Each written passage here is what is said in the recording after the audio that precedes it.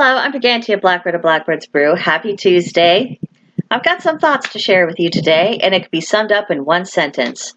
It's time for Joe Biden to retire. The whys of that statement and of this particular video are so self-evident that it scarcely requires further comment. In any other political climate, Joe Biden would have been 25th out of the office ages ago. In fact, I would go so far as to suggest that the only reason why he hasn't been, because even the Democrats see him for the senile train wreck that he is, the reason why it hasn't happened is because in our hearts, I think we all know that Kamala Harris would make an even worse job of the presidency than Joe Biden has, without the excuse of cognitive decline. But this isn't about the deficiencies of Kamala Harris, and in a way, this isn't even about Joe Biden in and of himself. It's a question of mental fitness and acknowledging the reality that there comes a time in everyone's life when the best thing to do is make a graceful exit and hand the reins over to the next generation. After countless verbal gaffes, increasing confusion, wandering around as though lost, and, most recently, attempting to shake hands with someone who isn't there, I'd say it's too late for Joe Biden to make a graceful exit, but an exit he must make. It is absolutely imperative to the welfare of the nation that he is removed from office.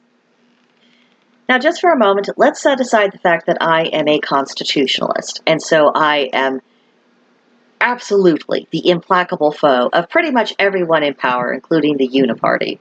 Let's set that aside, and let's also set aside the reality that Biden is an opportunistic crook. Let's not romanticize the old man. That's what he is. It's very sad that he's lost his marbles, but when he was in possession of his faculties, he was a crook.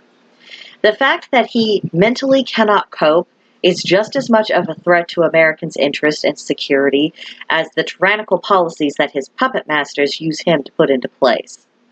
Even in times of relative peace, the one thing that a country cannot afford is the appearance, and worse, the actuality, of weakness.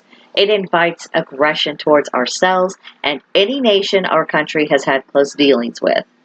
That leads to increased instability internationally, and when paired with pre-existing internal instability within the country, it is a recipe for complete disaster, the likes of which that has not been experienced within living memory.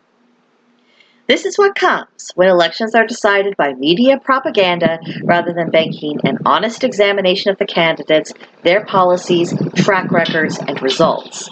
Now we are in an unholy mess, and every pathway forward has its inherent dangers.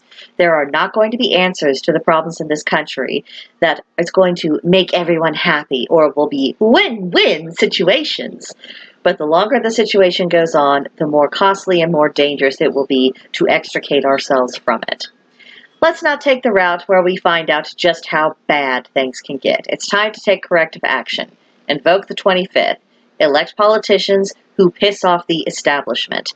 Have a convention of the states. And let's do our part to end the madness. So, that's all I have to say. I don't think that anything more really needs to be said. I think it really is this simple and clear cut. But if you agree, disagree, or somewhere in between, let me know in the comments or come see me on Discord at Blackbird's Brew. There's a link to join in the description box below, and I would be happy to discuss it with you. But I think that's it for now, and I'll see you in the next one. Bye.